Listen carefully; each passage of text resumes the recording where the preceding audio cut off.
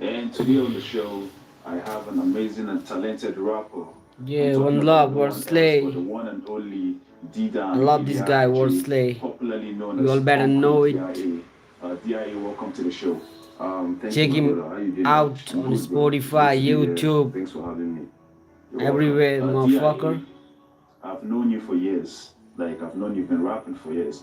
But I'm sure you've been doing this thing a lot longer, like before I knew you. So, for how long have you been on this journey? I would say I started rapping as far back as 2003, but I officially put out my first single in 2010. 2010. That's a long time, bro. Yeah, that's about 15 years ago. Wow. So, apart from the single you have that you put out 2010, are there other projects you've been working on? Yeah, funny thing is, from that era till now, I've had a couple of projects that are out there, but they just haven't been on DSPs and all that. I have two mixtapes. My first mixtape in 2014 was TMI, Too Much Intelligence, a 25 track mixtape. Wow.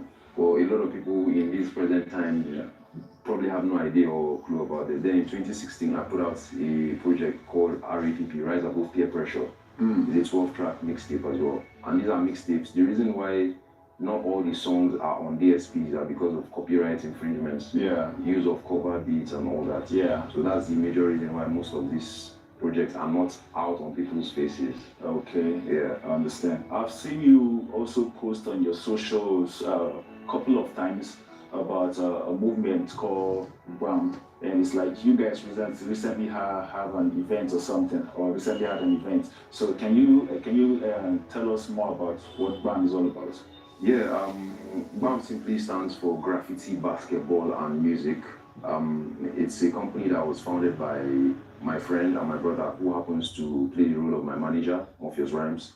Officially kickstarted BAM in 2018/2019, and I happen to be the creative director of BAM. So yeah, we're into event management, especially sports-related events, basketball tournaments, and the likes. And we've been waxing strong ever since. Yeah, we just concluded it was a 2 week program for 23 interlocal government tournaments for 23 local governments in Kaduna State. Wow. Yeah. So I'm talking about your journey. On this show we talk about the struggles of an MC. You understand? So all those years that you've been on this journey, so what are the struggles you've been facing, or you think rappers in Nigeria are facing? Well, for starters, I'm pretty sure everybody who raps or is a hip hop enthusiast knows that rap or hip hop is not a generally accepted genre of music in Nigeria. So it comes with its own perks, like it comes with its own challenges here and there. So it's left for you now as the rapper to understand that, okay, you are into this business. It's not going to be a smooth ride.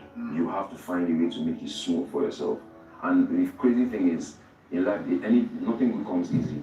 Yeah, So if that's you're true. going to go into rap, you're going to be a rap. If you've made up your mind that, okay, this is what you want to do, you should have it at the back of your mind that you will struggle, you will go through challenges.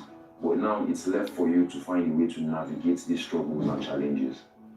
Well, that's a smart answer. I love it. So recently, you dropped a post also on your Facebook that has been, that has been really getting a lot of buzz.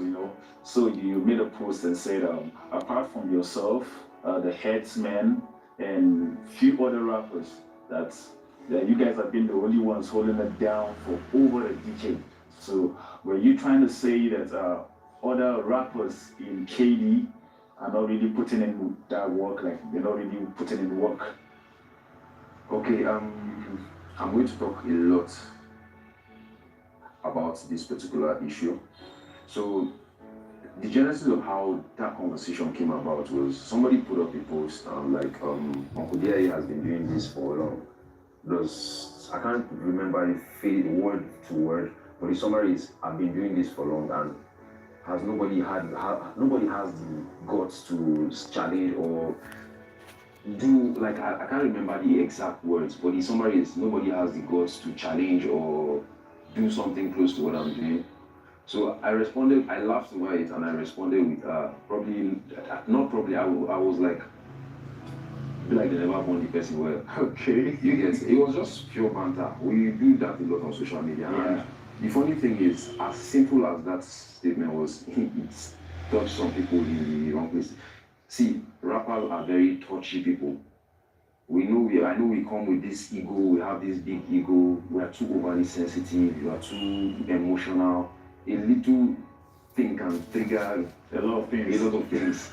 So it was even funny seeing the response of people. And there's one thing about me, if I say something and there's something truth, just like we made mention of, if somebody says something, if the shoe fits, wear it.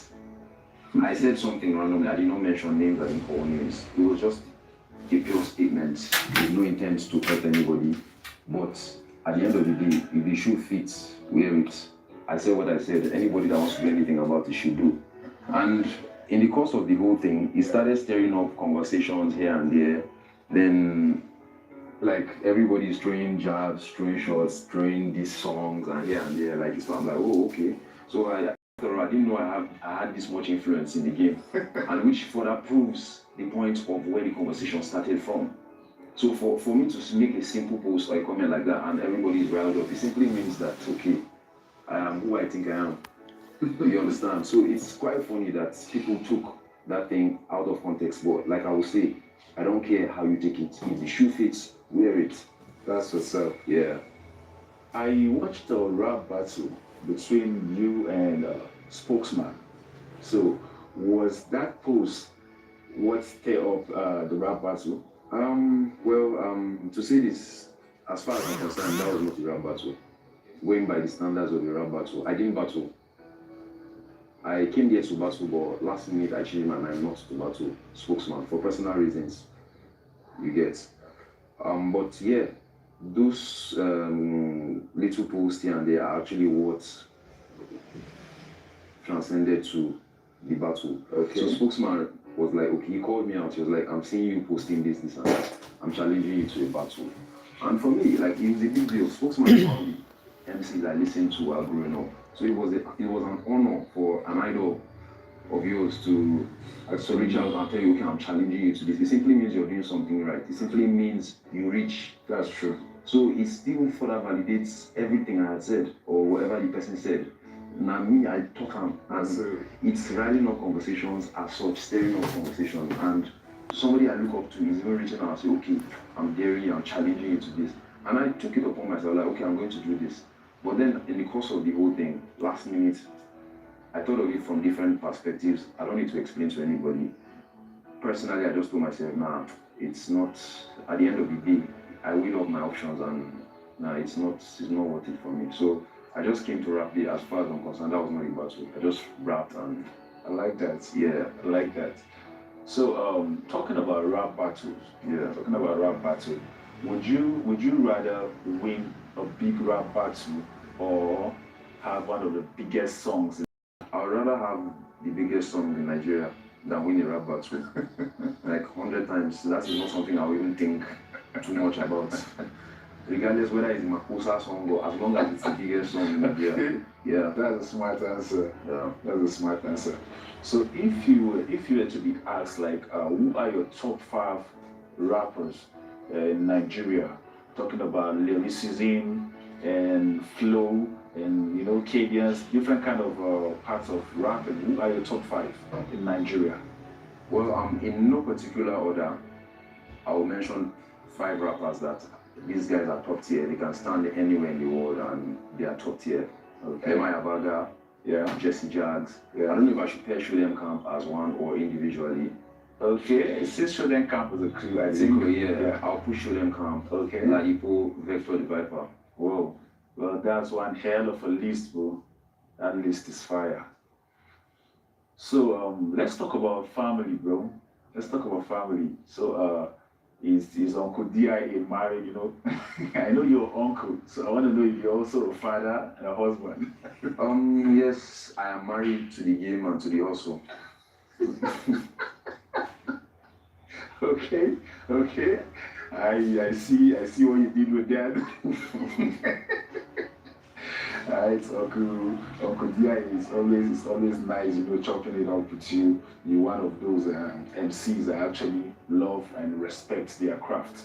So, do you have any advice you feel you like to give to, Imagine, or some don't like to be called up and coming or up and coming rappers, that are coming up in the game, because you've been doing this thing for more than a decade, so that's a long time, and I'm sure you've had a lot of experiences. So, do you have any advice you like to give to the ones that are coming up and trying to hold their game tight? Yes, I have a load chunk of advice to dish out to emerging rappers. Just like you said, sometimes I hate the term upcoming. Imagine is better. I have a lot of advice to give out. Rolling back to the conversation we've been having over the controversy that has been stirring up in recent times. So, like, it just opened my eyes to see a lot of things that, okay, in this part of the world, we don't seem to understand a lot of things. Emerging rappers do not seem to understand a lot of things. See, anybody can rap, but not every rapper can make rap songs. Wow, that's true. So, me saying what I said is, over the years, if you go back now and look at what have I done, let me talk about from a personal standpoint before I talk about, let me even talk about it from a general standpoint now. If you're going to gauge and ask who are the greatest rappers that have ever done it worldwide before you come down to Nigeria, when you mention their names, you will find out there are a lot of things they have done for themselves and for the culture. It's not just all about being able to rap. In the US, you have a lot of rappers on the streets, people who know how to rap. But are they recognized? No. Why? Because they have done little to nothing for themselves and for the culture. Those that have been mentioned, the Eminems, the Drakes, the Kendrick Lamars, the Kanye West, the Biggies and Tupac, they have done a lot of things for the culture. You cannot mention top 10 rappers and not mention most of these people I mentioned. Nas, Rakim, and the likes. They've done so much for the culture. Now, if you, as an emerging rapper, are being told that, okay, you are not amongst the best in your zone or in your city, and you get offended, it simply means you haven't done enough for yourself or for the culture. What have you done for the culture? Now, this is me talking from a general standpoint. If you bring it down to Nigeria now, when you mention people like M.I. Abada, Vector, you first of all think of the people that he brought along with them, Chocolate City and the likes. You think of them conveying the Hennessy ciphers and the things they do for the culture. Yeah. Bring it down now to KD. And like I mentioned in that post, in the past decade, apart from those that were on the Headsmen track, which I was in,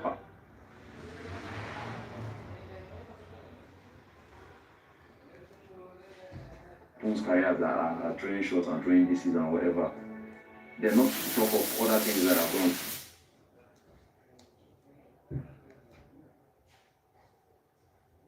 Support my brother, he's doing a great job. Big shout out to you. You already heard. You heard, man. Like, subscribe, and share. Alright, man. See you some other time on the show. And we have come to the end of this. Peace, and we out.